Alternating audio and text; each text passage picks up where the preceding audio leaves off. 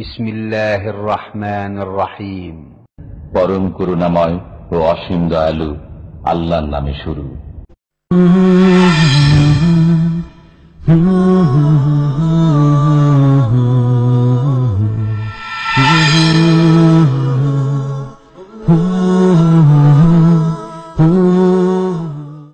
ومن أحسن قولا ممن دعا إلى الله وعمل صالحا وقال إنني من المسلمين.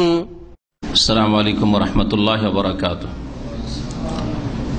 إن الحمد لله نحمده ونستعينه ونستغفره ونعوذ بالله من شرور أنفسنا ومن سيئات أعمالنا من يهده الله فلا مضل له ومن يضلل فلا هادي له وأشهد أن لا إله إلا الله وحده لا شريك له وأشهد أن محمدا عبده ورسوله.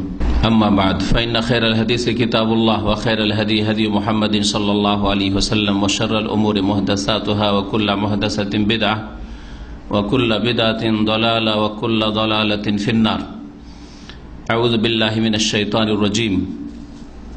ووصينا الإنسان بوالديه إحسانا حملته أمه وهنا على وهن وفصاله في عامين. আল্লাহ রাব্বুল আলামিনের যাবতীয় প্রশংসা যে আল্লাহ পাক রব্বুল আলামিন আমাদের সৃষ্টি করেছেন এবং আমাদের হিদায়াত দান করেছেন।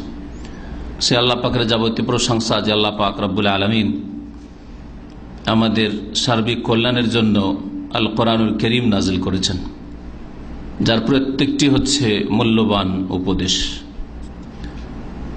কোরআনে কারীমে হয় নির্দেশ রয়েছে অথবা নিষেধাজ্ঞা রয়েছে, অথবা যারা আল্লাহ পাক রব্বুল আলামিনের আদেশ নিষেধ মানে তাদের কথা আলোচনা করা হয়েছে, মুমিনদের কথা, অথবা এর বিপরীত যারা আল্লাহর আদেশ নিষেধকে অমান্য করে কাফেরদের কথা উল্লেখ করা হয়েছে, এবং মুমিন কাফের যে পরিণাম রয়েছে দুনিয়া আখিরাতে সেসব বিষয়গুলি উল্লেখ করা হয়েছে দুনিয়া এবং আখিরাতে। এজন্য বিভিন্ন ঘটনাবলী উল্লেখ করা হয়েছে। সৎকর্মশীল আম্বিয়া রসুলগণ তাদের অনুসারী তাদের ঘটনাবলী বর্ণনা করা হয়েছে, এবং তার সাথে সাথে সেসব আম্বিয়া রসুলগণের অবাধ্য জাতি, কাফের নাফারমান জাতি যারা দুনিয়া আখিরাতে ধ্বংস হয়েছে তাদের কথা বলা হয়েছে। কোরআনে কারীম হচ্ছে আল্লাহ পাকের উপদেশ, মওইজা, ওয়াজ, উপদেশ, ওসিয়ত। সালাত এবং সালাম নাযিল করেন নবী মুহাম্মদ রাসূলুল্লাহ সাল্লাল্লাহু আলাইহি ওয়াসাল্লামের উপর, যার হাদিসগুলিও প্রত্যেক মানুষের জন্য উপদেশ, ওসিয়ত, ওয়াজ, নসিহত। কোরআনে কারীমে বেশ কিছু আয়াত রয়েছে, যে আয়াতগুলিতে মহান আল্লাহ রাব্বুল আলামিন বেশ কিছু আদেশ নিষেধ তার উল্লেখ করেছেন, এবং সেগুলির শুরুতে অথবা শেষে, ওই আয়াতগুলির শুরুতে অথবা শেষে ওসিয়ত শব্দটি উল্লেখ করেছেন। যেমন প্রিয় নবী মুহাম্মদ রাসূলুল্লাহ সাল্লাল্লাহু আলাইহি ওয়াসাল্লামের বেশ কিছু হাদিসে এরকম রয়েছে, ওসিয়ত শব্দ দিয়ে নবী করিম সাল্লাল্লাহু আলাইহি ওয়াসাল্লাম উপদেশ দিয়েছেন। এই আয়াতগুলি নিয়ে আলোচনা করব, অর্থাৎ কোরআনী উপদেশ, কোরআনী ওসিয়ত। আল্লাহ রাব্বুল আলামিন যে কোরআনে কারীম মূল্যবান ওসিয়তগুলি করেছেন, ওসিয়ত অত্যন্ত গুরুত্বপূর্ণ। মানুষ যখন মানুষকে ওসিয়ত করে তখন তা গুরুত্ব সহকারে শোনা হয়, গুরুত্ব সহকারে পালন করা হয়। বিশেষ করে মানুষের ক্ষেত্রে ওসিয়ত ওই ক্ষেত্রে ব্যবহৃত হয় যখন মানুষ দুনিয়া থেকে আখিরাতের দিকে পাড়ি দিতে যাচ্ছে, অথবা কোনো কাউকে বিদায় করছে এক জায়গা থেকে আরেক জায়গায়, এক দেশ থেকে আরেক দেশে, তখন কিছু উপদেশ দিয়ে থাকে, সেগুলিকে ওসিয়ত বলা হয়।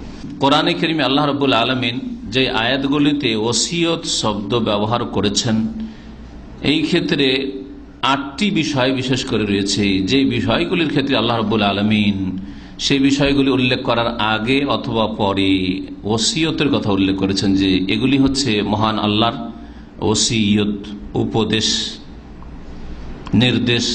তার মধ্যে প্রথম যে বিষয়টি দিয়ে শুরু করব সেটা হচ্ছে মাতা পিতার সাথে সদ্ব্যবহারের ওসিয়ত। আল্লাহ রাব্বুল আলামিন এই বিষয়টি কয়েক ভাষা দিয়ে উল্লেখ করেছেন। কাদা দিয়ে ওয়াকাদা রব্বুকা আল্লা তা'বুদু ইল্লা ইয়্যাহু বিল ওয়ালিদাইনি ইহসানা। কাজা আল্লাহ পাক রব্বুল আলামিনের চূড়ান্ত ফয়সালা, চূড়ান্ত সিদ্ধান্ত, আল্লাহ পাকের চূড়ান্ত নির্দেশ। এই কাদা মানে ফয়সালা করা। আবার সদ্ব্যবহার করার কথা আল্লাহ রাব্বুল বলেছেন, ইহসান শব্দ ব্যবহার করেছেন। আর অধিকাংশ আয়াতগুলিতে যেখানে মাতা পিতার কথা উল্লেখ করা হয়েছে ওসিয়ত শব্দটি ব্যবহার করা হয়েছে। যতক্ষণ পর্যন্ত মা বাবা বৈধ কাজের, জায়েজ কাজের নির্দেশ দিয়েছে, জায়েজ কথা বলেছে, ততক্ষণ পর্যন্ত তাদের আনুগত্য করতে হবে। তাহলে জায়েজ কাজে যদি আনুগত্য করা ফরজ হয়, তাহলে যখন কোনো সুন্নাত মুস্তাহাব কাজ হবে, কোনো ওয়াজিব ফরজ কাজ হবে, তো সেটা তো অবশ্যই করণীয়, কারণ সেটা শরীয়তে হয় ফরজ, ওয়াজিব, না হয় সুন্নাত মুস্তাহাব। আল্লাহ রাব্বুল আলামিন এই মর্মে ইরশাদ করছেন সূরা আনকাবুতের আয়াত নম্বর 8, ওয়াসাইনাল ইনসানা বিওয়ালিদাইহি হুসনা। সূরা আনকাবুতে হুসনা শব্দটি আল্লাহ বলেছেন, আমি মানব জাতিকে ওসিয়ত করেছি। ওয়াসা ইউসি তাওসিয়া মানে ওসিয়ত করা, উপদেশ দেওয়া, নির্দেশ দেওয়া, আদেশ করা, এসবগুলি অর্থ হয়ে থাকে। ওয়াসাইনাল ইনসানা, আমি মানব জাতিকে ওসিয়ত করেছি বিওয়ালিদাইহি হুসনা, যেন তারা মাতা পিতার সাথে সদাচরণ করে, হুসনান ভালো ব্যবহার করে। কতক্ষণ পর্যন্ত ভালো ব্যবহার? মানে ভালো ব্যবহার একটা অর্থ হচ্ছে তাদের আদেশ নিষেধ মেনে চলা, তাদের আনুগত্য করা। কতক্ষণ পর্যন্ত? যতক্ষণ পর্যন্ত কমপক্ষে জায়েজ কথা বলছে। তবে জায়েজের নিচে যদি নেমে যায়, না জায়েজ, অবৈধ, হারাম, অন্যায় কথা কাজ করতে যদি ছেলে মেয়েকে বলে, তাহলে কখনো আনুগত্য করবে না। এই মর্মে নবী করিম সাল্লাল্লাহু আলাইহি ওয়াসাল্লামের অনেকগুলি হাদিস রয়েছে। আর কোরআনে কারীমের দুটি আয়াতে এই ক্ষেত্রে সতর্ক করা হয়েছে, যদিও আয়াতগুলিতে বিশেষ করে শিরকের কথা উল্লেখ করা হয়েছে, কিন্তু কথা হচ্ছে ব্যাপক। শিরকের কথাই বলুক বাপ মা, অথবা অন্য কোনো পাপের কথা, গুনহার কথাই বলুক, গুনহার ক্ষেত্রে, আল্লাহর অসন্তুষ্টির ক্ষেত্রে কোনো মানুষের আনুগত্য করা যাবে না, না শাসকের, না আলেমের, না বাপ মায়ের। মুহাম্মদ রাসূলুল্লাহ সাল্লাল্লাহু আলাইহি সাল্লামের একটি হাদিস, লা তাআতা লিমাখলুকিন ফি মাসিয়াতিল খালিক, কোন সৃষ্টির আনুগত্য নেই। লা তাআতা লিমাখলুক, কোন সৃষ্টির আনুগত্য করা নেই, চলবে না আনুগত্য করা, মানা চলবে না। ফি মাসিয়াতিল খালিক, স্রষ্টার নাফরমানি করে, আল্লাহর বিরুদ্ধাচরণ করে। এই হাদিসটি মুসনাদ আহমদে রয়েছে, মুস্তাদরাক হাকিমে রয়েছে। আলবানী রহমতুল্লাহ আলী হাদিসটিকে সহি বলেছেন। আর সহি বুখারীতে অন্য শব্দ দিয়ে হাদিস রয়েছে, সহি মুসলিমে রয়েছে, ইন্নামাত তাআতু ফিল মারুফ, আনুগত্য হবে শুধু ভালো কাজে। লা তাআতা ফি মাসিয়া, নাফরমানির, গুনহার ক্ষেত্রে, আল্লাহর নাফরমানি, গুনহার ক্ষেত্রে মানে আল্লাহর নাফরমানিকে, আল্লাহর বিরুদ্ধাচরণ করে কোনো আনুগত্য নেই, কারো আনুগত্য নেই। ইন্নামাত তাআতু ফিল মারুফ। তো আল্লাহ রাব্বুল আলামিন বলছেন যে আল্লাহর ওসিয়ত হচ্ছে যে বাপ মায়ের সাথে সদ্ব্যবহার করবে। ওয়াইন জাহাদাকা, তারপর আল্লাহ বলছেন যে তারা উভয়ই, বাপ মা দুজনে অথবা তাদের একজন, যদি এই প্রচেষ্টা চালায় যে লেতুশরিকা বি, যে আমার সাথে শিরক করো, তারা বলছে আল্লাহর সাথে শিরক করো।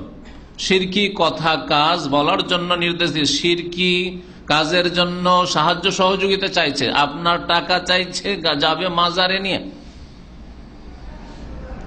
মা লাইসা লাকা বিহি ইলম, যার কোনো আল্লাহ প্রদত্ত জ্ঞান তোমার কাছে নেই, অর্থাৎ কোরআন সুন্নাহ ওহীতে এইরকম কোন জ্ঞান নেই যে শিরকের বৈধতা আছে। শিরকের বৈধতা কোন নবী রাসূলগণ নিয়ে আসেননি, যে শিরক করা ধর্ম, এইরকম ধর্ম কোন নবী রাসূল নিয়ে আসেননি, সবসময় বাতিল সেটা।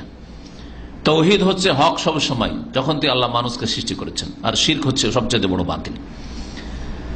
যদি শিরক করার জন্য বাধ্য করে বলে ফালা তোতে হোমা, শক্ত ভাষা আল্লাহ বলছেন, তাদের মোটে আনুগত্য করবে না। ফালা তোতে হোমা, তাদের আনুগত্য করবে না। কেন? এলাইয়া মারজিউকুম, আমার কাছে তোমাদের ফিরে আসতে হবে, আর আমি তোমাদের হিসাব নেব। ফাউনাব্বিউকুম মা কুনতুম তা'মালুন, তোমরা কি করেছিলে সে সম্পর্কে আমি জানিয়ে দেব। সুতরাং আমার নাফরমানি করে বাপ মাকে সন্তুষ্ট করবে অথবা কোন শাসককে সন্তুষ্ট করবে, কোন ব্যক্তিকে সন্তুষ্ট করবে, এটা চলবে না। এই ছিল সূরা আনকাবুতের আয়াত।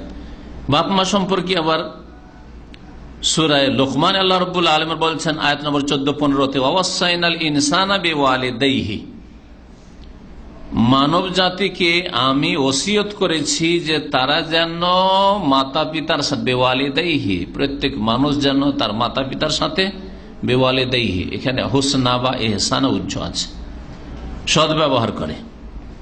তারপরে সদ্ব্যবহার কেন করবেন সেদিকে ইঙ্গিত আল্লাহ করেছেন। বিশেষ করে মায়ের কথা বাপের অনেক সময় ভয় করে, ছেলেমেয়েরা বাপকে ভয় করে, মাকে ভয় করতে চায় না। বিশেষ করে মায়ের কথা এখানে উল্লেখ করেছেন একটি দিক। আর একটা দিক হচ্ছে যে বাপের তুলনায় মায়ের কষ্টটা অনেক বেশি, যার ফলে আল্লাহ রাব্বুল বলছেন হামালাতু উম্মুহু ওয়াহানান আলা ওয়াহান, তাকে তার মা বহন করেছে পেটে কষ্টের উপর কষ্ট করে, কষ্টের উপর কষ্ট করে, খেতে পারেনি, অরুচি হয়েছে, বমি হয়েছে, আর শারীরিক মানসিক কত যন্ত্রণা হয়েছে ইত্যাদি। আবার প্রসব বেদনার যন্ত্রণা, যেখানে মৃত্যুকে একেবারে নিকটবর্তী দেখছে,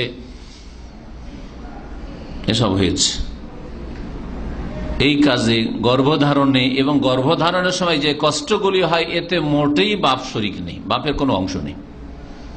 এইরকম অফিসালু, আল্লাহ বলছেন অফিসালু ফি আমাইন, আর ছেলে মেয়েকে দুধ পান করিয়ে দুধ ছাড়াবে ফি আমাইন, 2 বছরে, 2 বছর কমপক্ষে দুধ পান করাতে হবে। এটা হচ্ছে আল্লাহ রাব্বুল আলামিনের পক্ষ থেকে নির্ধারিত, এটা ন্যায্য হক, অধিকার শিশুদের মায়ের উপর। এই কাজেও বাপের কোনো অংশ নেই, একটা দিনও বাপ দুধ পান করায়নি, সবসময় এই কাজটি মা করেছে। বিশেষ করে এই 2টি কাজের কথা আল্লাহ রাব্বুল আলামিন উল্লেখ করেছেন। আর অন্য অন্য কাজগুলিতে বাপও শরীক আছে, মাও শরীক আছে, দেখাশোনা, চিকিৎসা ইত্যাদি, হ্যাঁ, যত্ন নেওয়া, লেবাস পোশাক, এগুলিতে বাপ মা দুজনে শরীক আছে, বাপও দেখো মাও দেখে। আনিশ করলি ওয়ালি ওয়ালিদাইক, আল্লাহ বলছেন সুতরাং আমার শুকরিয়া আদায় করো আর তোমার মাতা পিতার শুকরিয়া আদায় করো। আল্লাহ রাব্বুল আলামিন এখানে প্রথম আল্লাহর শুকরিয়া আদায় করতে বলেছেন, তারপরে মাতা পিতার শুকরিয়া আদায় করতে বলেছেন। তাহলে বোঝা গেল যে মাতা পিতার ওপর হচ্ছে আল্লাহ রাব্বুল আলামিনের হক। যখন আল্লাহ রাব্বুল আলামিনের হক 1 নম্বরে আর 2 নম্বরে মাতা পিতার হক, তাহলে আল্লাহ রাব্বুল আলামিনের অসন্তুষ্টির কাজে, আল্লাহ রাব্বুল আলামিনের নাফরমানি করে মাতা পিতাকে সন্তুষ্ট করা যাবে না। অসন্তুষ্ট হয়ে যাক বাপ মা, আল্লাহকে অসন্তুষ্ট করা যাবে না। আল্লাহকে যদি সন্তুষ্ট করেন আর মা বাবা ওই কারণে অসন্তুষ্ট হয়, তো আল্লাহ হয় ওই মা বাবাকে রাজি করে দেবেন, আর না হইলে যদি রাজি নাও হয়, সন্তুষ্ট তারা নাও হয়, আল্লাহর দিন তারা মানে না, সুতরাং সন্তুষ্ট আপনারা হইতে পারেন না। তৌহিদ মানেন না, সুন্নাত মানে না, শিরক বিদআতে লিপ্ত, সুতরাং আপনারা সন্তুষ্ট হইতে পারেন না। হ্যাঁ, আমল করেন না কোরআন সুন্নাহর উপর, ইসলাম মোতাবেক জীবন যাপন, যার ফলে আপনি ইসলামিক কাজ করলে সন্তুষ্ট হতে পারেন না। এক ভাই বলছে যে ছেলে দাড়ি রেখেছে, বাপ দাড়ি রাখে, দুজনেই সৌদি আরবে থাকে, আর এই কাছাকাছি এগুলিতে থাকে, আশেপাশে থাকে। বলছে বাপ এখন মরিয়া হয়ে লেগেছে যে তুই দাড়ি ফেল, তোকে দাড়ি রাখতে দেবো না। কেন? আমি রাখবো না, তুই কেন রাখবি? তো লজ্জার ব্যাপার, ছেলে দাড়ি রেখে যুবক, আর বাপ দাড়ি রাখে না, বাধ্য করছে ওকে। তুই যদি দাড়ি না রাখিস, বলছে না দাড়ি আমি ফেলবো না, তুই যদি দাড়ি রাখিস তাহলে কয়েকটা ধমক মাসলা আমার কাছে জিজ্ঞেস করেছি গত সপ্তাহে, শোনেন, হয় তোকে বঞ্চিত করব, ত্যায্য পুত্র করবো, কিচ্ছু দেবো না, আর না হইলে তোর মাকে তালাক দেবো, 2 নম্বর, 3 নম্বর না হইলে আমি আত্মহত্যা করব। কি ধমক ইবলিস শয়তানের, দেখছেন? এগুলো বাপ না, এগুলো হচ্ছে মুসলিমদের বাপ না, এগুলো হচ্ছে ইবলিস শয়তান। ইবলিস শয়তানের ভক্ত এগুলো। জি, সত্য কথা বলছি। এখন ছেলে মাসলা জিজ্ঞেস করেছে, আমি বললাম যে কোন তিনটার যে কোনটাই করুক সে, যদি আপনাকে তাজ্জপুত্র করে, ধন সম্পদে বঞ্চিত করে, আল্লাহ ওর চাইতে ভালো আপনাকে দিতে পারেন। ইন্নাল্লাহুল গনিউল হামিদ, আল্লাহ অভাব মুক্ত। আনতুমুল ফুকারা, তোমরা অভাবী দরিদ্র। আল্লাহুল গনিউল হামিদ, আল্লাহর কাছে সবকিছু। ওয়ালিল্লাহি খাজাইনুস সামাওয়াতি ওয়াল আরদ, বঞ্চিত করে দিক। যদি বলে তোমার মাকে তালাক দিয়ে দেবো, তালাক দিয়ে দিক, তোমার ওই মাকে নিয়ে তুমি করে খাও, ওই মরদুদ বাপকে ছেড়ে দাও। আর যদি আত্মহত্যা করবো তো আত্মহত্যা করে জাহান্নামে যেতে দাও, কিন্তু তাই বলে তুমি দাড়ি ফেলে দেবে, এটা করা যাবে না। এটা হচ্ছে দ্বীন ইসলাম। আল্লাহকে অসন্তুষ্ট করি, রাসূলুল্লাহ সাল্লাল্লাহু আলাইহি ওয়াসাল্লামের নাফরমানি করে, আল্লাহর নাফরমানি, রাসূলের নাফরমানি করে বাপ মাকে সন্তুষ্ট করবেন অথবা স্বামীকে সন্তুষ্ট করবেন, এটা ইসলামে জায়েজ নয়, হারাম কাজ। আল্লাহ অসন্তুষ্ট করে দিবেন ওই বাপ মাকে কখনো, অথবা যেই আশা নিয়ে আপনি বাপকে সন্তুষ্ট করতে গিয়েছেন, মাকে সন্তুষ্ট করতে গিয়েছিলেন, যে তাহলে এই স্বার্থটা হাসিল হবে, আল্লাহ নারাজ হইল আর এরাকে রাজি করলেন, যেই উদ্দেশ্য করে সেই উদ্দেশ্যতে আল্লাহ রাব্বুল আলামিন আপনার মুখে ছাই দেবেন। তার মানে আপনার কখনো স্বার্থ হাসিল হবে না, দুনিয়া আখেরাতে ক্ষতিগ্রস্ত হবেন। আল্লাহর শুকরিয়া আদায় করো, আনিশ করলি ওয়ালি ওয়ালিদাইকা, তারপরে বাপ মায়ের শুকরিয়া আদায় করো। তারপরে আল্লাহ রাব্বুল 15 নম্বর আয়াত সূরা আল-কুরআন, ওয়া ইন জাহাদাকা আলা আন তুশরিকা বিমা লাইসা লাকা বিহি ইলমুন ফালা তুতিহুমা ওয়া সাহিবহুমা ফিদ দুনিয়া মারুফা। এখানে ওই সূরা আনকাবুতের বিষয়টি, যে শিরক করতে যদি বাধ্য করে বাপ মা, ফালা তুতিহুমা, আনুগত্য করবে না। আনুগত্য করব না তার মানে তাদের সাথে মারামারি করব, ঝগড়া করব, গাল দেব, তাদের মানহানি করব না, কর্কশ ভাষা ব্যবহার করব না, সেটা চলবে না। আল্লাহ পাক রব্বুল এই বিষয়টি আবার সূরা লুকমানে বলছেন, ওয়া সাহিবহুমা ফিদ দুনিয়া মারুফা, ও বাপ মায়ের সাথে থাকো, মানে তাদের সাথে চলাফেরা করো, দেখাশোনা করো, ফিদ দুনিয়া, দুনিয়াতে, ইহ জগতে, মারুফা, ভালো আচরণের সাথে, অর্থাৎ তুমি ভালো ব্যবহার করতে থাকো। একই অন্যে থাকতে হবে এটা বুঝায় না কথা। যদি দেখা যায় একই অন্য থেকে বেশি আরো কলহ বিবাদ হচ্ছে, একসাথে আমাদের যে জয়েন্ট ফ্যামিলিতে একসাথে সবগুলি ভাই থাকে, বাপ মার সাথে থাকে, আর মিল হচ্ছে না, চলছে না, প্রতিদিন খাওয়া দাওয়া নিয়ে ঝগড়া, আর চলাফেরা নিয়ে ঝগড়া, এই নিয়ে মুরগি ছাগল নিয়ে ঝগড়া, কত কি ঝগড়া। ওর চাইতে ভালো আলাদা আলাদা থাকা, যাতে করে সম্পর্ক ভালো থাকে, কিন্তু ভালো ব্যবহার করতে হবে, যদিও কাফের মুশরিক হোক না কেন। মুহাম্মদ রাসূলুল্লাহ সাল্লাল্লাহু আলাইহি ওয়াসাল্লাম আবু বকরের মেয়ে আসমা কে রাদিয়াল্লাহু আনহা, তার মা হেদায়েত হয়নি, তখন আবু বকর রাদিয়াল্লাহু তাআলা তালাক দিয়ে দিয়েছিলেন।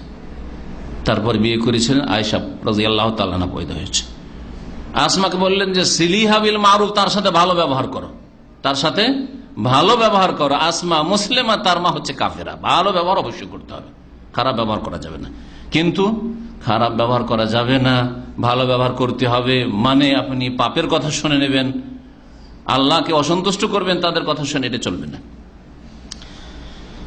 আল্লাহ রাব্বুল আলামিন তৃতীয় জায়গায় সূরা আহকাফেও এই বাপ মায়ের সাথে সৎ ব্যবহারের ক্ষেত্রে ওসিয়ত শব্দটি ব্যবহার করেছে। ওয়াসাইনাল ইনসানা বিওয়ালিদাইহি ইহসানা, এখানে আল্লাহ রাব্বুল বলছেন সূরা আহকাফ আয়াত নম্বর 15-তে আল্লাহ ইরশাদ করেছেন, আমি মানুষকে ওসিয়ত করেছি যে মানুষ যেন মাতা পিতার সাথে সৎ ব্যবহার করে। তারপর আল্লাহ রাব্বুল আলামিন হামালাতহু উম্মুহু কুরহা ওয়া ওয়াদাআতহু কুরহা, গর্ভধারণ করেছে বড় কষ্ট করে মা, তার প্রসব বেদনা যে হয়েছে সেখানেও তার কষ্ট হয়েছে, ভূমিষ্ঠ হওয়ার সময় মায়ের কষ্ট হয়েছে, সব কথা আল্লাহ উল্লেখ করেছেন। তারপর আবার স্তন্যদান করেছে, হামলুহু ওয়া ফিসালুহু 30 শাহরা, 30 মাস হচ্ছে স্তন্যদানের সময় এবং তার সাথে সাথে গর্ভধারণের সময়। তার মানে সর্বনিম্ন 6 মাস পেটে রাখা, এটা হচ্ছে গর্ভধারণের সময়, এর কম হতে পারে না। আর 6 মাস কমিয়ে দিলে বাকি তখন থাকে 24 মাস, তার মানে 2 বছর হচ্ছে অন্য যে আয়াত রয়েছে ওয়াহামলহু ওয়াফিসালহু ফি আমাইন, যে সূরা লুকমানে রয়েছে, তার সাথে সমন্বয় হয়ে যায়, স্তন্যদান করবে 2 বছর। তো আল্লাহ রাব্বুল এখানে ওসিয়তের কথা উল্লেখ করেছে। এই একটি ক্ষেত্র ছিল কয়েকটি আয়াতে, তাহলে সূরা আনকাবুতে, সূরা লুকমানে এবং সূরা আহকাফে আল্লাহ রাব্বুল আলামিন ওসিয়ত শব্দটি ব্যবহার করেছেন। তাহলে আল্লাহ রাব্বুল আলামিনের ওসিয়ত হচ্ছে যে বাপ মায়ের সাথে ভালো ব্যবহার করবে, খারাপ ব্যবহার করবে না। বাপ মায়ের সাথে খারাপ ব্যবহার করলে আল্লাহ রাব্বুল আলামিন আখিরাতে তো শাস্তি দেবেন। লা ইয়াদখুলুল জান্নাত আকুন, যে বাপ মায়ের নাফরমান, বাপ মাকে অসন্তুষ্ট করে, বাপ মাকে কষ্ট দেয়, এইরকম ব্যক্তি অন্যায়ভাবে কষ্ট দেয়। এমনি কষ্ট নেই, সেটা সে কষ্ট নিয়েছে, আমি কষ্ট দিইনি কিন্তু কষ্ট নিয়েছে, সেটা আলাদা বিষয়। আপনি কষ্ট দেওয়ার কাজই করেননি, আপনি দিন পালন করলে তাতে কষ্ট হয়, আপনি আপনার স্ত্রীর পর্দা করলে কষ্ট হয়, আপনার স্ত্রীকে যদি বাপ মায়ের জামাইয়ের সাথে আর যদি আপনার দুলাভাই বা ভগ্নিপতির সাথে দেখা না করতে দেন, যদি খেতে দিতে না যেতে দেন, তাহলে অসন্তুষ্ট হয়। তো এরকম অসন্তুষ্ট যেখানে যাবে সেখানে চলে যাক। এমন ক্ষেত্রে অসন্তুষ্ট করবেন না বাপ মাকে যে বাপ মা অসন্তুষ্ট আর আল্লাহ অসন্তুষ্ট, এইরকম ক্ষেত্রে অসন্তুষ্ট করবেন না। হ্যাঁ, বাপ মা যদি অসন্তুষ্ট হয় কিন্তু আল্লাহ সন্তুষ্ট আছে, আলহামদুলিল্লাহ আমার রব সন্তুষ্ট আছে, আমার রবকে রাজি করাই হচ্ছে আমার মুখ্য উদ্দেশ্য। আমার রবকে রাজি রেখে বাপ মাকে রাজি করতে হবে, এটা হচ্ছে আল্লাহ রাব্বুল আলামিনের নির্দেশ। তারপরে দ্বিতীয় ক্ষেত্র যেখানে আল্লাহ রাব্বুল আলামিন ওসিয়তের কথা উল্লেখ করেছেন সেটা হচ্ছে তাকওয়া, আল্লাহ ভীরুতা, পাপ মুক্ত জীবন যাপন করা, গুনাহ থেকে সার্বিক জীবনে বেঁচে থাকা। এই উপদেশ আল্লাহ রাব্বুল আলামিন দিয়েছেন ওসিয়ত শব্দ ব্যবহার করে। তাকওয়া শব্দটি কোরআনে কারিমে বহুবার এসেছে, কারণ আল্লাহর ভয় যার অন্তরে থাকবে, গুনাহ থেকে বেঁচে থাকার যার সংকল্প থাকবে, সদিচ্ছা আছে যে আমি গুনাহ থেকে, আল্লাহর অসন্তুষ্টির কাজ থেকে, আল্লাহর নাফরমানি থেকে, রাসূলের নাফরমানি থেকে বেঁচে থাকব, সেই ব্যক্তির জন্য কোনো পাহারার প্রয়োজন হয় না। সেই ব্যক্তির জন্য কোন রকমের কেউ দেখছে না দেখছে সব বিষয় তার মগজে আসে না। লোকের সামনে যখন লোকেরা দেখছে তখন যেমন তার ঈমান আমলের অবস্থা থাকবে, নির্জনে থাকলেও ওই রকম ঈমান আমলের তার অবস্থা থাকবে, আপ ডাউন হয় না। যে এখন নির্জনে আছি সুতরাং যে কোনো পাপ করলে অসুবিধা তো নাই, কেউ তো দেখছে না, ব্লু ফিল্ম দেখছে, লুকিয়ে লুকিয়ে গোপনে প্রেম আলাপ করছে, স্ত্রীকে জানতে দেয় না, বাপ মাকে জানতে দেয় না, ইত্যাদি। আল্লাহর ভয় নেই, আসলে আল্লাহর ভয় নেই, গুনাহ থেকে বাঁচার সংকল্প নেই আসলে। কিন্তু যে ব্যক্তির মধ্যে তাকওয়া রয়েছে, গুনাহ থেকে বাঁচার সংকল্প রয়েছে, পাপ মুক্ত থাকবো, আল্লাহর আযাব থেকে বাঁচার জন্য সচেষ্ট যেই ব্যক্তি, সেই ব্যক্তির জন্য লোকজনের সামনে আর নির্জনে দুটোই অবস্থা সমান, দুটোই অবস্থা সমান। মুসলিম দেশে মুসলিম মেজরিটি যেখানে মুসলিম পরিবারে বাস করলে আর অমুসলিম কাফের দেশে গেলেও একই রকম অবস্থা থাকবে। এমন নাই যে দেশে আছি তখন কেমন লাগে, বিবেকে বাধা দেয়, সমাজের লোক কি বলবে জানতে পারলে, আর চলে গেলাম ইউরোপ আমেরিকা চলে গেছি, অস্ট্রেলিয়া চলে গেছি, তো ওখানে আবার কে দেখে। গ্রামের ছেলে গ্রামে তো লজ্জা পায়, সামান্য রকম অন্যায় করতে লজ্জা পায়, তাস নিয়ে বসতে পারবে না, জুয়া খেলা তো দূরের কথা, মুখে বিড়ি সিগারেট দিতে পারবে না। কিন্তু যখন ঢাকায় গেছে কেউ চেনে না, তো সবকিছুই করছে, সবকিছুই করছে, এখানে তো আমাকে কেউ চেনে না, তো এর মধ্যে তো তাকওয়া নাই। এইরকম লোকের জন্য তো আল্লাহ রাব্বুল আলামিন জান্নাত তৈরি করেন, উইদ্দাত লিল মুত্তাকিন, যারা আল্লাহ ভীরু, যারা সব সময় গুনাহ থেকে বেঁচে থাকার জন্য সচেষ্ট, তাদের জন্য জান্নাত প্রস্তুত করা আছে। সুম্মা নুনাজ্জিল লাযিনা ইত্তাকাও ওয়া নাযারু যালিমিনা ফিহা জাসিয়া। আল্লাহ রাব্বুল আলামিন বলছেন যে পুল পার হবে, যে পুল জাহান্নামের ওপর, যে পুল, যেটাকে পুল সেরাত আমাদের দেশের লোকেরা বলে, সেরাত মানে পুল আর পুল মানে পুল, তো পুলটা ফার্সি বা উর্দু বাংলা, হ্যাঁ এটা ওই রকমই, যেমন সবে কাদারের রাত, সব মানে রাত আর রাত, ডবল ডবল, লাইলাতুল কদরের রাত, জানে না বলে ডবল ডবল করে বলে, তো ওই রকমই পুল সেরাত ভাষাটা আমাদের দেশের ওই ভুল ভাষা।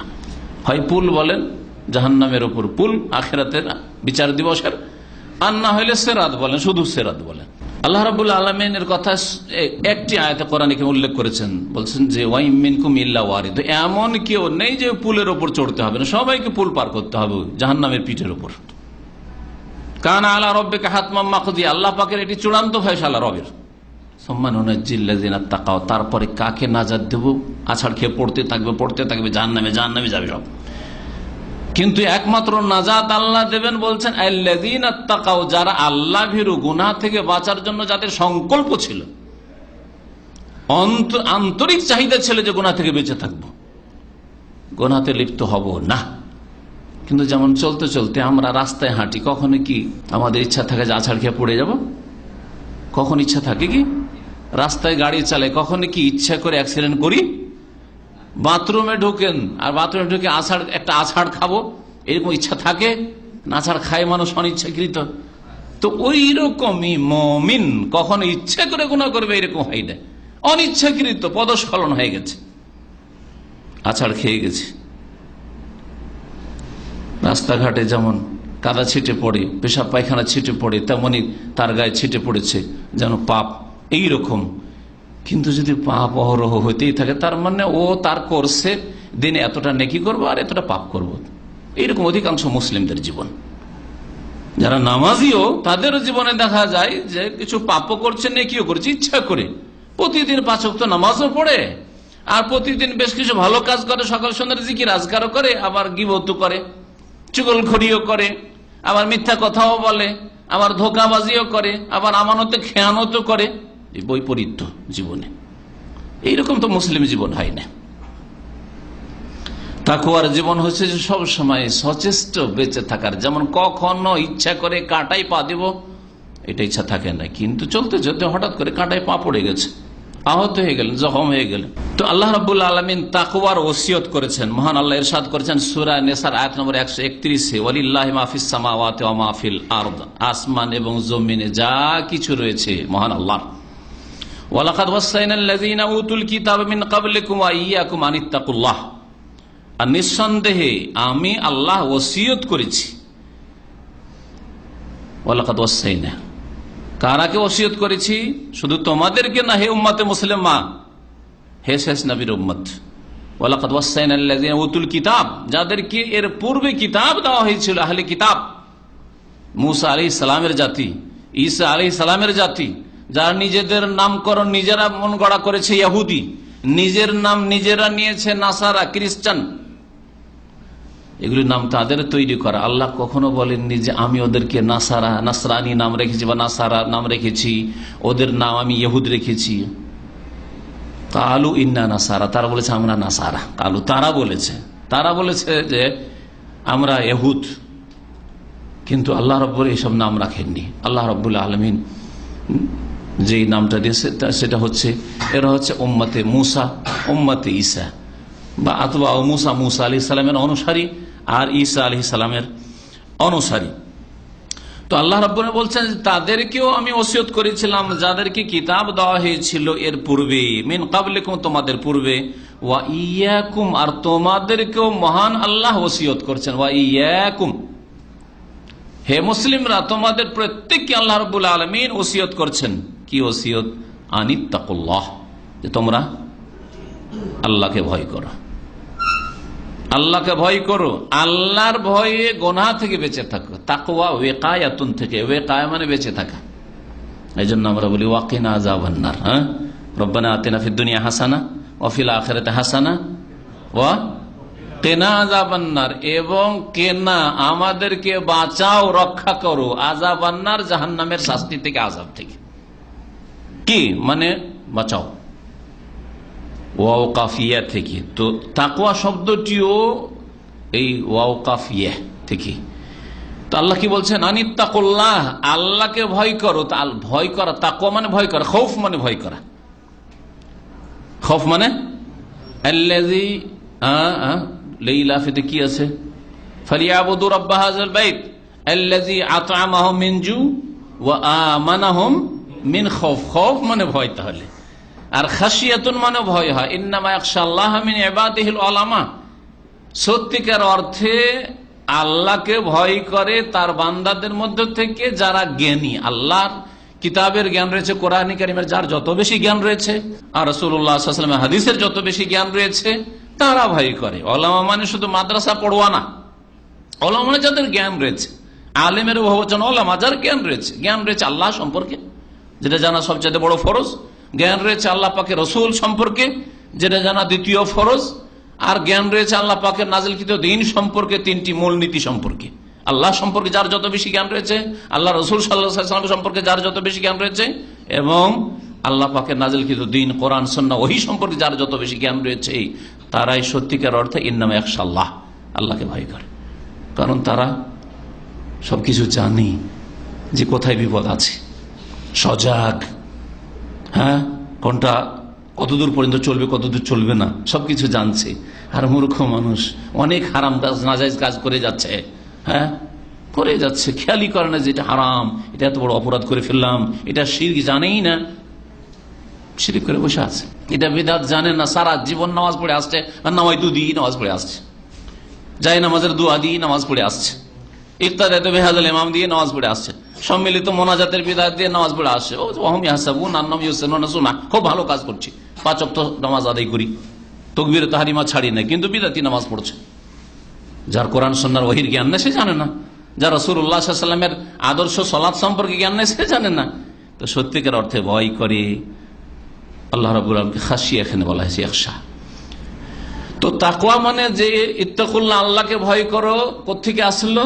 আল্লাহর ভয়ে, যে আল্লাহ ধরে নেবেন, আল্লাহর কাছে জবাব দিতে হবে, আল্লাহর কাছে পাকড়াও হবে, আল্লাহর ওপর গোপন রাখা যায় না, আল্লাহ সবকিছু জেনে ফেলছেন, জেনে ফেললেন, এইসব কথা মগজে বসিয়ে গুনাহ থেকে বেঁচে থাকা, এটার নাম হচ্ছে তাকওয়া। অনেকে আছে গুনাহ থেকে বেঁচে থাকে বাপ মায়ের ভয়ে, মান সম্মানের ভয়ে, সমাজের ভয়ে, হ্যাঁ, চরিত্রবান হব, আমি মানুষের মতো মানুষ হব, হ্যাঁ, এটা মানুষের কাজ না, এটা পশুর কাজ, পাশবিক চরিত্র, তার মধ্যে খানিকটা মানবতা আছে, এই বিভিন্ন কারণে, অথবা দুনিয়া একটা টার্গেট আছে, অনেকের টার্গেট আছে, প্রত্যেকের টার্গেট আছে, একমাত্র যে নির্বোধ তার টার্গেট নেই যে আমি কি হব। তাহলে যেই ব্যক্তি জীবনে সাইন করতে চায় একটা কিছু হব, আমি আদর্শবান একজন মানুষ হব, তাহলে সবসময় সে নিজের জন্য কলঙ্ক পছন্দ করেন না। তো এই উদ্দেশ্যে হয়তো গুনাহ থেকে বেঁচে, সমাজে কোন রকমের তার ব্যাড রিপোর্ট নাই, কি জন্য? যে আমি এখানে একটা হিরো হতে চাই, বড় একটা নেতা হতে চাই, অথবা বড় মানে প্রশংসনীয় ব্যক্তি, আমার প্রশংসা হোক, আমার গুণগান হোক, আমাকে লোকেরা ভালো বলুক, এই উদ্দেশ্যে। তাহলে এ তো আর তাকওয়া হইল না। গুনাহ করেন না কিন্তু তাকওয়া হইল না। আল্লাহ রাব্বুল আলামিনের ভয়, যে আল্লাহ ধরে নেবেন, আল্লাহর কাছে পকড়াও হবে, আল্লাহর ওপর লুকিয়ে রাখতে পারবো না, আল্লাহ সবকিছু জেনে নিচ্ছেন, আল্লাহর ক্যামেরা লাগানো আছে, আর ক্যামেরা যদি নাও থাকে কেরামান কাতিবিনের, তারপরেও আল্লাহ জানছেন। অফিসে যদি ক্যামেরা লাগানো থাকে সেখানে আমরা এত সতর্ক, তাহলে আল্লাহ রাব্বুল আলামিনের ক্যামেরা শুধু ক্যামেরাই নয়, মালাইকার ক্যামেরা, তারপরে এই ক্যামেরা নাও থাকলেও আল্লাহ রাব্বুল আলামিন সবকিছুই জানছেন। হ্যাঁ, শুধু বাহ্যিক অবস্থাটা জানছেন না, আলিমুন বিজাতিস সুদূর, ভিতরেরও খবর জানছেন। মনে একটা ওয়াসওয়াসা আসলো, 1 সেকেন্ডের জন্য মনে একটা শয়তানি কথা আসলো, তাও আল্লাহ জানলেন, তারপরে সেটাকে ধরে রাখলেন, করবো বলেন না, সাথে সাথে তওবা ইস্তেগফার করে ফেললেন যে না এটা বাজে কথা, এটা অন্যায় কথা, নাকি ওইটাকে অনেক সময় ধরে ধরে রাখলেন, পরিকল্পনা তৈরি করলেন যে করতাম, এই কাজটি করব কিন্তু করতে পারলাম না, অফিস থেকে একটা জিনিস টানবো, নেবো, এখান থেকে নিয়ে যাবো, এটা একটা ভালো জিনিস পছন্দ লেগেছে, কিন্তু চান্স পাওয়া যাচ্ছে না, তো গুনাহ তো লেখা হচ্ছে, সব তো আল্লাহ জানছেন, দেখছেন অবস্থা। এই রকমের জীবন তৈরি করা হচ্ছে তাকওয়ার জীবন, তাদের জন্য আল্লাহ রাব্বুল আলামিন জান্নাত তৈরি করেছেন। তো আল্লাহ রাব্বুল আলামিনের বিশেষ ওসিয়ত হচ্ছে আনিত্তাকুল্লাহ, আর এই ওসিয়ত শুধু মুসলিম জাতিকে না, যত আম্বিয়া রাসূলগণের উম্মত আর প্রত্যেক জাতির জন্য, সকল মানুষের জন্য যুগে যুগে আল্লাহ রাব্বুল আলামিন নবী রাসূল পাঠিয়েছেন। বলছেন যে ওয়ালাকাদ ওয়াসাইনাল্লাযীনা উতুল কিতাব মিন ক্বাবলিকুম ওয়া ইয়্যাকুম আনিত্তাকুল্লাহ ওয়া ইন তাকফুরু, আর যদি আল্লাহকে না ভয় করো তাহলে কুফরি করলে, তাহলে যে কোনো পাপ করতে পারবে, আল্লাহর দিন মানলে না, ফাইন্না লিল্লাহি মা ফিস সামাওয়াতি ওয়া মা ফিল, তাহলে জেনে রাখো যে আসমান জমিনে যা কিছু সব আল্লাহর, আর আল্লাহ রাব্বুল আলামিন কারো মুখাপেক্ষী নন, এবং আল্লাহ প্রশংসিত, ওয়া কানাল্লাহু গানিয়ান হামিদা। তৃতীয় ওসিয়ত আল্লাহ রাব্বুল আলামিন হচ্ছে দিন কায়েম করার ওসিয়ত, একামতে দিনের ওসিয়ত।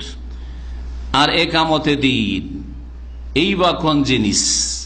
জি হ্যাঁ, শোনেন, সূরা শুরার আয়াত নম্বর 13, শারআ লাকুম মিনাদ দীনি মা ওয়াসসা বিহি নূহান ওয়াল্লাযী আওহায়না ইলাইকা মা ওয়াসাইনা বিহি ইব্রাহিম ওয়া মূসা ওয়া ঈসা আন আকিমুদ দীনা ওয়া লা তাতাফাররাকু ফীহি। আল্লাহ রাব্বুনা বলছেন যে তোমাদের জন্য মহান আল্লাহ দ্বীন প্রণয়ন করেছেন। আল্লাহ রাব্বুল আলামিন দ্বীনের বিধিবিধান আল্লাহ রাব্বুল আলামিন তৈরি করেছেন। শারআ লাকুম মিনাদ দীন, এমন দিন যেই দিনটা শুধু তোমাদের নতুন দিন না, মা ওয়াসসা বিহি নূহান, যেই দিন দ্বারা ওসিয়ত করেছেন আল্লাহ রাব্বুল আলামিন। এখানে ওয়াসসা, ওসিয়ত শব্দ আল্লাহ উল্লেখ করেছেন। ওসিয়ত করেছে যেই দিন দিয়ে, কাকে? নূহ আলাইহিস সালামকে। ভালো করে নামগুলো শুনে রাখেন। ওয়াল্লাযী আওহায়না ইলাইক, আর যেই দিনের ওসিয়তের ওহী করেছেন আল্লাহ রাব্বুল আলামিন হে নবী তোমাকে, অর্থাৎ মুহাম্মদ সাল্লাল্লাহু আলাইহি সাল্লামকে। ওয়া মা ওয়াসাইনা বিহি ইব্রাহিম, আর যেই দিন দিয়ে আমি ওসিয়ত করেছিলাম ইব্রাহিম আলাইহিস সালামকে, ওয়া মূসা এবং মূসা আলাইহিস সালামকে, ওয়া ঈসা এবং ঈসা আলাইহিমুস সালামকে। এই পাঁচজন রাসূলের কথা আল্লাহ রাব্বুল উল্লেখ করে বলছেন, এই পাঁচজন নবীকে দ্বীনের কি করেছেন আল্লাহ রাব্বুল আলামিন? ওসিয়ত করেছেন। আর তাদের দ্বীন ছিল এক। আল্লাহ বলছেন একই দ্বীনের কথা বলছেন। মৌলিক বিষয়গুলির ক্ষেত্রে কিছু জুজিয়াত, শাখা বিশিষ্ট মাসাইল, খুঁটিনাটি মাসাইল, এগুলিতে পার্থক্য রয়েছে। মূল বিষয়গুলি সমস্ত নবীদের এক। আল্লাহ এক, তাই না? আল্লাহর কোনো শরিক নেই। এবং আল্লাহর দ্বীন কার মাধ্যমে নিতে হবে? রাসূলের মাধ্যমে নিতে হবে। কোনো পার্থক্য আছে এগুলি কথায়? সব নবীদের দাওয়াত একই রকম, ঠিক না? সব নবীদের কালেমা লা ইলাহা ইল্লাল্লাহ, ঠিক না? সব নবীরাই বলেছেন যে পরকালে বিশ্বাস করতে হবে। দুনিয়া হচ্ছে কর্মজগৎ, আর মওতের পরে তখন বদলার জগৎ শুরু হবে, সেখানে জান্নাত অথবা জাহান্নাম রয়েছে। এক কিনা সবগুলি কথা? সবগুলি কথা তো দ্বীনের মৌলিক বিষয়। এছাড়াও সালাত, নামাজ, আম্বিয়া রাসূলগণের যে কথা উল্লেখ করতে কোরআনে কারিমে অন্য নবীদের কথাও নামাজের কথা বলেছেন। রোজার কথা বলেন আল্লাহ রাব্বুল অন্যদের ক্ষেত্রে, আগের উম্মতের ক্ষেত্রে সিয়ামের কথা বলেছেন। মারিয়াম আলাইহিস সালাম, ঈসা আলাইহিস সালাম আর রোজা রেখেছেন। ইন্নী নাযারতু লির-রহমানি সাওমা, ঠিক কিনা? তাহলে মৌলিক বিষয়গুলিতে সমস্ত নবী রাসূলগণের দ্বীন ছিল এক। যে কোনো ভালো কাজ আল্লাহ করতে বলেছেন, আর নোংরা কাজ যেগুলি দুনিয়া আখিরাতের ক্ষতি করে সেগুলিতে আল্লাহ নিষেধ করেছেন সমস্ত নবীদের ক্ষেত্রে। সমস্ত নবীদের ক্ষেত্রে ফাহিশ আল্লাহ রাব্বুল আলামিন সবসময় অশ্লীলতাকে সবসময় আল্লাহ হারাম করেছেন সকলের জন্য। তো আল্লাহ রাব্বুল আলামিন তারপরে এই পাঁচজন নবীর কথা উল্লেখ করে বলছেন যে তাদের সকলকে আমি এই নির্দেশ দিয়েছিলাম আন আকিমুদ্দিন, যে তোমরা দ্বীন কায়েম করবে, ওয়ালা তাতাফাররাকু ফীহি, আর তাতে তোমরা বিচ্ছিন্নতা সৃষ্টি করবে না। দ্বীন কায়েম করবে আর তাতে তোমরা কি করবে না? বিচ্ছিন্নতা সৃষ্টি করবে না। অবশ্যই বিভক্ত হবে না, দলে দলে ভাগ হবে না, নানা ভাষা নানা মত সৃষ্টি করবে না, যে এক এক দল এক এক মত রাখো, এরকম না। তারপর আল্লাহ বলছে কাবুরা আলাল মুশরিকিনা মা তাদউহুম ইলাইহি, মুশরিকদের জন্য বড় কষ্ট লাগে ওই বিষয়টি যেই দিকে হে নবী মুহাম্মদ সাল্লাল্লাহু আলাইহি ওয়াসাল্লাম তুমি আহ্বান করো। আল্লাহু ইয়াজতাবি ইলাইহি মান ইয়াশা, আল্লাহ রাব্বুল আলামিন মনোনীত করেন তার উদ্দেশ্যে যাকে চান, ওয়া ইয়াহদি ইলাইহি মান ইউনিব, আর তার দিকে রাস্তা দেখান যে আল্লাহ অভিমুখী হয় তাকে। সূরা শুরা আয়াত নম্বর 13। এখন ইকামতের দিন মানে কি? একদল মডার্ন তাফসীর নিয়ে এসেছে। মডার্ন ধর্ম যারা পালন করে, নতুন ধর্ম, আধুনিক ধর্ম পালন করে, ওরা দিন ইসলামকে মডার্ন করেছে। তারা মানে রাজনৈতিক পোশাক পরিয়েছে, পলিটিক্যাল লেবাস ড্রেস পরিয়েছে, আর তারপরে ব্যাখ্যা করেছে ইকামতের দিন মানে ক্ষমতা দখল করা। সুতরাং যতই আপনি ইবাদতবন্দি করেন না কেন, আকীদা ঠিক করেন আর সুন্নতের অনুসারী হন, আর নামাজ, হজ, যাকাত, সিয়াম, রোজা, সবকিছু করছেন আপনি, হেজাব, পর্দা সবকিছুই আছে, আপনি একটা পয়সা হারাম তো দূরের কথা, একটা পয়সা আপনি সন্দেহের পয়সা খান না, একটা পয়সা হারামে ব্যয় করেন না, বলছে ইকামতের দিন হইল না যতক্ষণ পর্যন্ত পার্লামেন্ট দখল না করতে পারছেন, যতক্ষণ পর্যন্ত আপনি আদালত না দখল করতে পারছেন। যতক্ষণ পর্যন্ত হুকুমাতে এলাহিয়া কায়েম না হচ্ছে, তাদের ভাষায়, পুরাতন ভাষা, তাদের একটু 50 বছর আগের ভাষা এটা, আমরা ছোটকালে খুব হুকুমাতে এলাহিয়া ওদের কিতাব পড়েছি। তাদের কিতাবগুলি পড়তে গিয়ে আল্লাহর হুকুমত যতক্ষণ কায়েম না হচ্ছে, হুকুমাতে এলাহি মানে আল্লাহর হুকুমত, তো আল্লাহর হুকুমত যতক্ষণ কায়েম না, ততক্ষণ একামতে দিন হলো না। এই হুকুমাতে এলাহিয়ার পরিভাষার ওপর যখন ওলামায়ে কেরামরা আপত্তি তুলল যে এ তো 1400 বছর ইতিহাসে হুকুমাতে এলাহিয়া শব্দটা কেউ ব্যবহার করেনি তোমাদের নেতা সাহেবের আগে, তো বলছে যে তাহলে তো সমস্যা আছে খানিকটা, তাহলে একটু আমাদের চেঞ্জ করতে হবে। বলছে একামতে দিন, আর হুকুমতে এলাহি বলবো না, কি করবো? একামতে দিন। তাহলে একামতে দিন কোরআনে আছেই তো, আনাকিমুদ্দিনা, দিন কায়েম করো মানে গদি দখল করো। হ্যাঁ, যারা আছে ওদেরকে তাড়াও, আর তাড়িয়ে আমরা ওদের চাইতে বেশি পরেজগার আর আল্লাহ ভীরু আর খুব সৎ, সুতরাং আমরা দখল করব। এটা হচ্ছে ইসলামের পলিটিক্যাল ব্যাখ্যা, ইসলামের রাজনৈতিক ব্যাখ্যা। একামতের জন্য গদি দখল করা 1400 বছরের ইতিহাসে, আর তার আগে যত নবী রসুলগণ এসেছেন তাদেরকে একামতের দিন করতে বলা হয়েছে না হয়নি? ভালো করে দেখেন, 5 জন নবীর কথা আল্লাহ বলছেন আন আকিমুদ্দিনা, যে ওদেরকে নির্দেশ দিলাম তোমরা দিন কায়েম করো, তোমরা আপোষে বিভক্ত হইও না। তার নূহ আলাইহিস সালামকেও দিন কায়েম করতে বলেছেন, ইব্রাহিম আলাইহিস সালামকেও দিন কায়েম করতে বলেছেন, ঠিক কিনা? হ্যাঁ, মুসা আলাইহিস সালামকে দিন কায়েম করতে বলেছেন, ঈসা আলাইহিস সালামকে দিন কায়েম করতে, মুহাম্মদ রাসূলুল্লাহ সাল্লাল্লাহু আলাইহি ওয়াসাল্লামকে দিন কায়েম করতে বলেছেন। তৌহিদ প্রতিষ্ঠা করলেন আপনার জীবনে, আপনার ছেলে মেয়েদের জীবনে, আপনার পরিবার, আপনার বাড়িতে শিরকের কোনো গন্ধ নেই, বড় শিরক নেই, ছোট শিরক নেই, না কবর মাজারের বদআকিদা শিরকি আকীদা আছে, আর না তাবিজ তোমারের শিরকি আকীদা রয়েছে, না টোটকা ফটকার শিরকি আকীদা রয়েছে। তারপর বাড়িতে একামতের দিন হইল না আপনার? 5 ওয়াক্ত নামাজ কায়েম করেন, মাশাআল্লাহ তাবারাকাল্লাহ। ফজরের নামাজে ছেলেদেরকে সাথে নিয়ে যান, সবাইকে নিয়ে ফজরের নামাজ পড়েন, ছেলেদেরকে মসজিদে নিয়ে যান, আপনার মেয়েদেরকে উঠিয়ে নামাজ পড়েন, তারপর আপনার বাড়িতে একামতের দিনে নামাজ কায়েম করে একামতের দিন হইল না? হ্যাঁ, যাকাত প্রতি বছর নিয়মিত দিচ্ছেন, তাও একামতের দিন হলো না? প্রতি রমজানে সিয়াম পালন রোজা রাখছেন, তাও একামতের দিন হলো না? আরে যেই বছরই আপনার হজ ফরজ হয়েছে, প্রথম চোটেই এই বছরই হজ ফরজ, এই হজ আদায় করলেন আপনি, তারপরে একামতের দিন হলো না? আপনার বিবি বাড়িতে থাকলে একটা আজনবী কোন পুরুষ বাড়িতে ঢোকে না, বাইরে বেরোলে হাত পা কিছুই দেখা যায় না, তারপর একামতের দিন হইল না? এগুলো কিছুই না তাদের কাছে। এগুলো হচ্ছে নামাজ, রোজা, হজ, যাকাত, ये बड़ी इबादत के लिए ट्रेनिंग कोर्स है তাদের ভাষায়। এগুলি হচ্ছে বড় ইবাদত, ওই একামতের মানে গদি দখল করার জন্য এগুলো ট্রেনিং কোর্স, এখনো ট্রেনিং চলছে।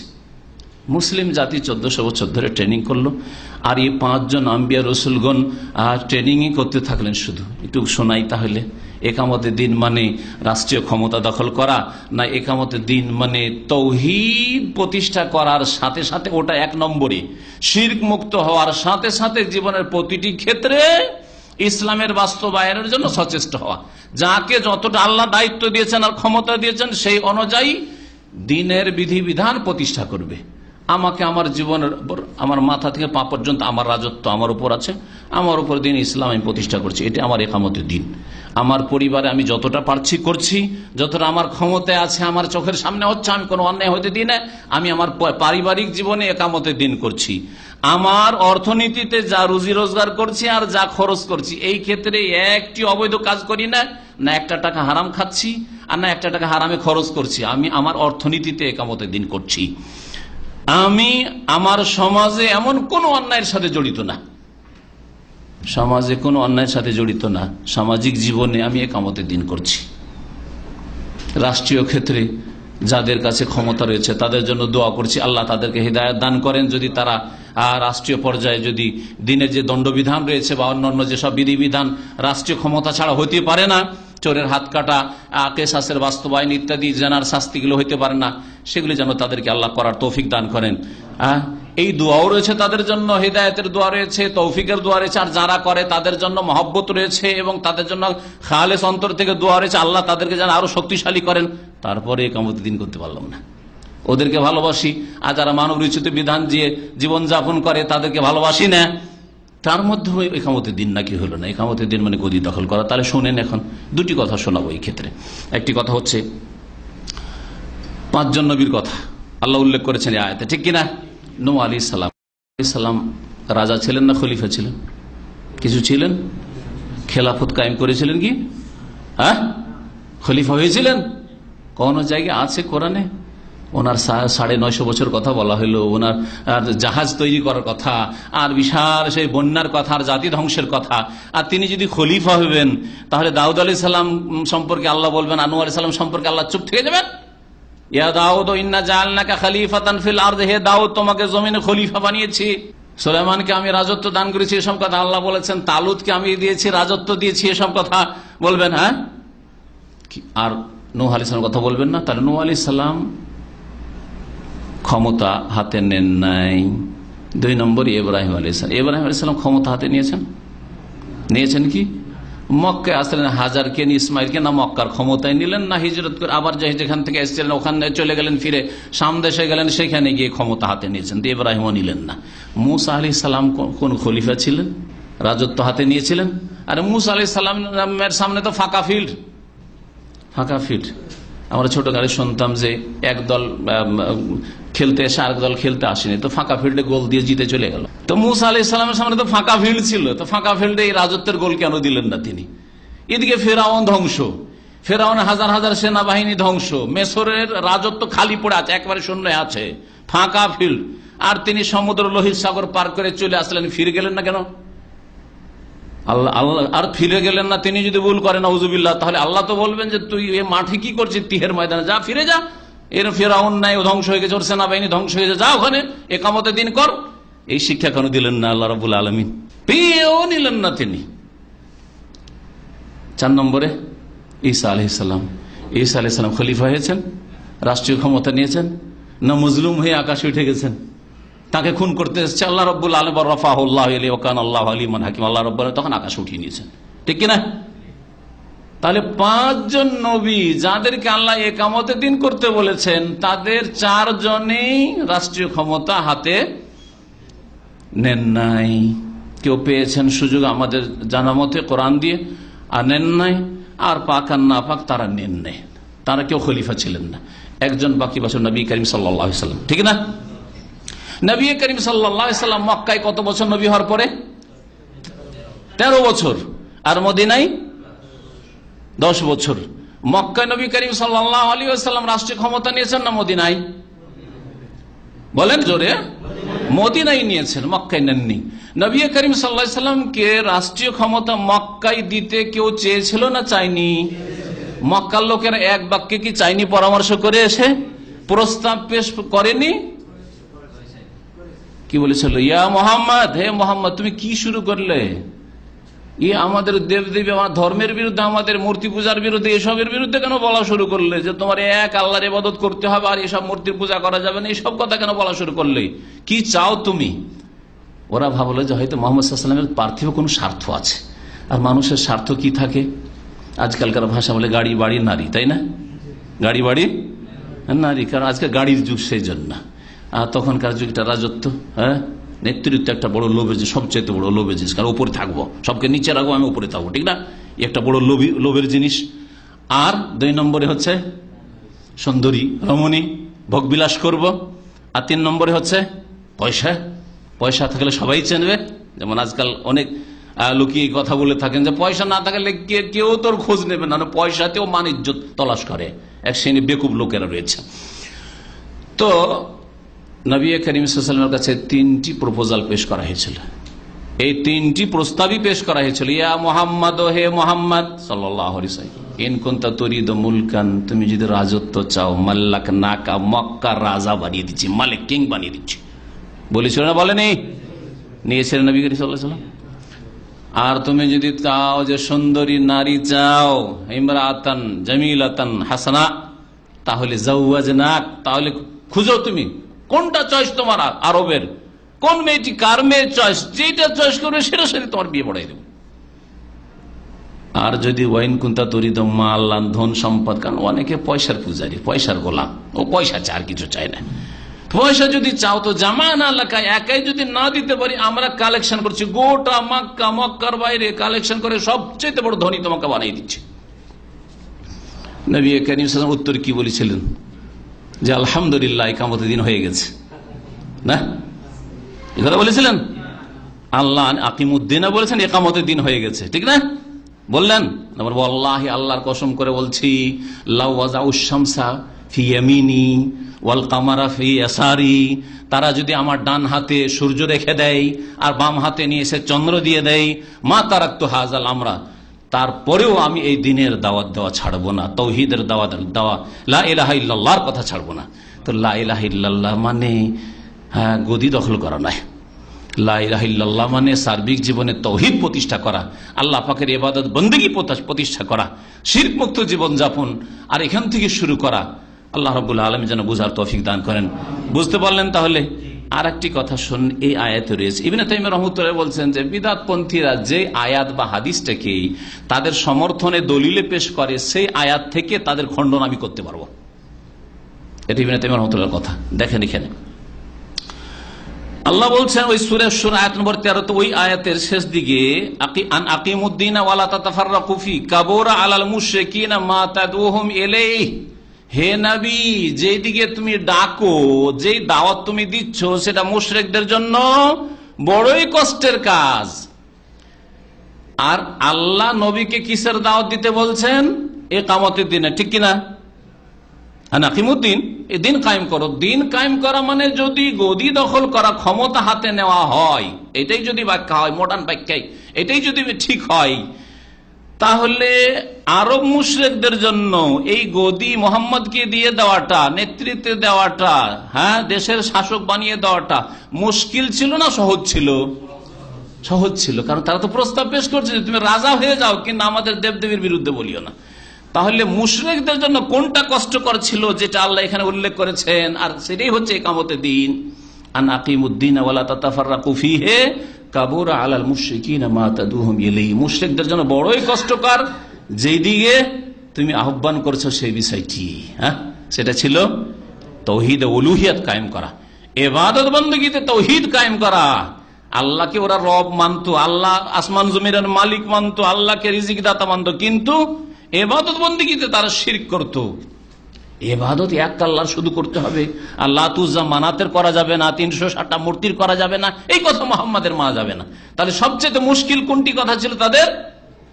মূর্তি পূজা ছেড়ে, শিরক ছেড়ে দিয়ে এক আল্লাহর ইবাদত করা, তাওহীদ প্রতিষ্ঠা করা, এটা সবচেয়ে মুশকিল কাজ তাদের ছিল। সেটা হচ্ছে আন আকিমুদ্দিন, ইকামতের দিন। তো দিন কায়েম করা মানে তাওহীদ থেকে শুরু করা, আর তাওহীদে গিয়ে শেষ করা। আবার এক শ্রেণীর লোকেরা বলছে যে তাওহীদ থেকে শুরু করবেন, আর গিয়ে রাষ্ট্রীয় ক্ষমতা দখল করে ছাড়বেন, এটা ভুল ব্যাখ্যা। যদিও রাষ্ট্রীয় ক্ষমতা যখন চলে আসবে, আল্লাহ নিয়ামত স্বরূপ দিবেন, তখন সৎ লোকেরা নিয়ে দিন পুরোপুরি ভাবে যতটা পারছেন এখন প্রতিষ্ঠা করেন, এতে কোনো সন্দেহ নাই। কিন্তু শুরু করেছেন রাসূলুল্লাহ সাল্লাল্লাহু আলাইহি ওয়াসাল্লাম তাওহীদ থেকে, আর শেষ করেছেন খেলাফত দিয়ে। তাওহীদ দিয়ে শুরু করলেন আর খেলাফত দিয়ে শেষ করলেন, এই বক্তব্যটি ভুল বক্তব্য, এটা ভুল কথা। বরং নবী করিম সাল্লাল্লাহু আলাইহি ওয়াসাল্লাম ইন্তেকালের 5 দিন আগে, 3 দিন আগে, শেষ মুহূর্তে একবার ইন্তেকালের সময় 2টি নসিহত করেছেন, বা 3টি। একটিতে রয়েছে লানাতুল্লাহ আল ইয়াহুদ ওয়ান নাসারা ইত্তাখাযু কুবুর আনবিহিম মাসাজিদ, ইহুদি নাসারাদের উপর আল্লাহর লানত হোক। কেন? তারা নবীদের কবরগুলিকে, অন্য রিওয়ায়াতে রয়েছে নবীদের কবর এবং নেক লোকদের কবর, আউলিয়ার কবরগুলিকে কি করেছে? সেজদার স্থানে পরিণত করেছে, কবর পূজা শুরু করেছে। এই জন্য তাদের লানত হোক। মা আয়েশা বলছেন ইউহাযযিরু মা সানাউ, তাদের এই পাপের কাজ থেকে, শিরক থেকে উম্মতকে সতর্ক করছেন রাসূলুল্লাহ সাল্লাল্লাহু আলাইহি ওয়াসাল্লাম কবর মাজার পূজা থেকে। যেই কবর মাজার পূজা থেকে রাসূলুল্লাহ সাল্লাল্লাহু আলাইহি ওয়াসাল্লাম বারবার করে ইন্তেকালের পূর্ব মুহূর্তে সতর্ক করছেন, সেটা দিয়ে শেষ করেছেন কি করেন নাই?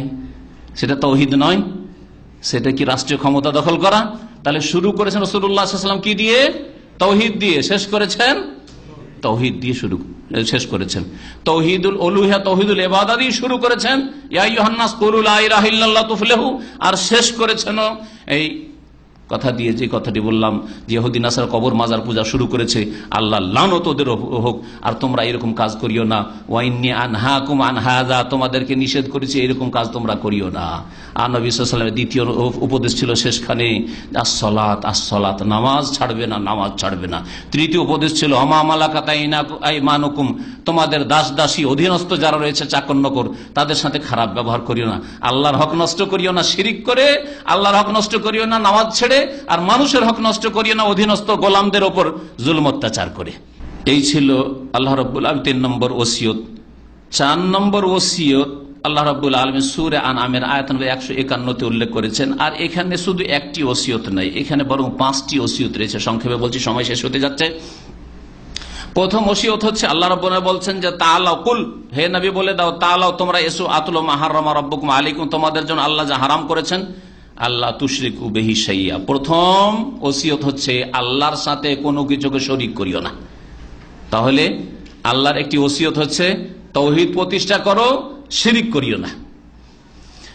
2 নম্বর ওয়াবিল ওয়ালিদাইনি ইহসানা, মাতা পিতার সাথে সৎ ব্যবহার করো, যার কথা 1 নম্বরে উল্লেখ করেছি। 3 নম্বরে ওয়ালা তাকতুলু আওলাদাকুম মিন ইমলাক, আর দারিদ্র্যের ভয়ে তোমরা ছেলে মেয়েদেরকে হত্যা করিও না। আসার পরে হত্যা করে দিলে, অথবা পেটে এসেছে তারপরে মেরে দিলে, অথবা আসতেই দেব না, দুটোর পার নেব না, স্থায়ীভাবে বন্ধ করে দিলে, এই সবগুলি এই আয়াতের অন্তর্ভুক্ত আর হারাম। আপনার কাছে, আপনার ঘরে যে ছেলে মেয়ে আসছে, যে আপনি একটার পরে আর দুটোর পরে নেবেন না, না তার রিজিক আল্লাহর পক্ষ থেকে সে নিয়ে আসছে। তার তকদির, আপনার তকদির যেমন আল্লাহ রাব্বুল লিখে রেখেছেন, তেমনি তারও তকদির আল্লাহ লিখে রেখেছেন। আপনাকে যেমন আপনার বাপ মা খাওয়ায়নি, আপনার নসিবে খেয়েছেন, আপনার বাপ মা ওসিলা মাত্র, তেমনি আপনি আপনার ছেলে মেয়েদের জন্য ওসিলা, মাধ্যম মাত্র। রাজ্জাক আল্লাহ রাব্বুল আলামিন, আপনি রাজ্জাক না, আপনি রাজ্জাকের গোলাম, আপনি আব্দুর রাজ্জাক। তো আল্লাহ রাব্বুল আলামিন অভাবের ভয়ে হত্যা করতে নিষেধ করেছেন। নাহনু নারযুকুকুম ওয়া ইয়াহুম, তাদেরকে, তোমাদেরকে রিজিক দিয়া ওদেরকে রিজিক দিয়া, আল্লাহ বলছেন। তারপরে ওসিয়ত হচ্ছে 4 নম্বরে ওয়ালা তাকারাবুল ফাওয়াহিশা মা যাহারা মিনহা, প্রকাশ্য বা গোপনীয় অশ্লীল কথা কাজের কাছে যেও না। অশ্লীলতার কাছে যেও না, জেনার কাছে যেও না, সমকামিতার কাছে যেও না, বেহায়া বেপর্দা হতে যেও না, উলঙ্গ হতে যেও না, উলঙ্গ ছবি দেখিও না, অপর মহিলার সাথে নির্জনতা অবলম্বন করি না, অপর আজনবী মহিলাদের সাথে সফর করিও না, ইত্যাদি ইত্যাদি। জেনা ব্যভিচারের কাছে যাবে না, এসবগুলি এই ফাওয়াহিশের মধ্যে শামিল। ওয়ালা তাকতুলুন নাফসাল্লাতী হারামাল্লাহু ইল্লা বিল হক, আর যেই ব্যক্তিকে খুন করা আল্লাহ হারাম করেছেন তাকে কখনো খুন করবে না। এই 5টি ওসিয়তের কথা এখানে রয়েছে। তার একটি এর পূর্বে উল্লেখ করা হয়েছে, সেটা হচ্ছে মাতা পিতার কথা। তো আগের 3টি ওসিয়ত আর এখানে 4টি, তো 7টি ওসিয়তের কথা উল্লেখ হলো। তারপরে আয়াত রয়েছে সূরা আনআমের তারপরে আয়াতটি 152 নম্বর, যাতে আল্লাহ রাব্বুল আলামিন 4টি ওসিয়তের কথা উল্লেখ করে। ওয়ালা তাকরাবু মালাল ইয়াতীম ইল্লা বিল্লাতী হি আহসান, তোমরা ইয়াতীমের ধন সম্পদের কাছে যেও না, মানে অবৈধভাবে ভক্ষণ করে নিও না, তবে উত্তম পন্থায়। যদি বাড়িয়ে দিতে পারো যে ইয়াতীমের ধন, ভাগিনা ভাগ্নি ভাতিজা ভাতিজি আর ওর বাবা মারা গেছে, সুতরাং এদের টাকা পয়সা ব্যবসা বাণিজ্য করে একটু বাড়িয়ে দিই, সংরক্ষণ করি, সাথে রাখি আর হেফাজতে রাখি, এরা বুঝবে না, খরচ করে নষ্ট করে দিবে বা হাতছাড়া হয়ে যাবে, কেউ দখল করে নেবে, সেই জন্য যদি সাথে রাখো তো ঠিক আছে, কিন্তু কখনো অবৈধভাবে তাদের ধন সম্পদ ভক্ষণ করবে না। হাত্তা ইয়াবলুগা আশুদ্দাহ, তাদের বড় হওয়া পর্যন্ত। আল্লাহ রাব্বুল আলামিন এটি হচ্ছে ইয়াতীমদের সাথে সদ্ব্যবহারের উপদেশ।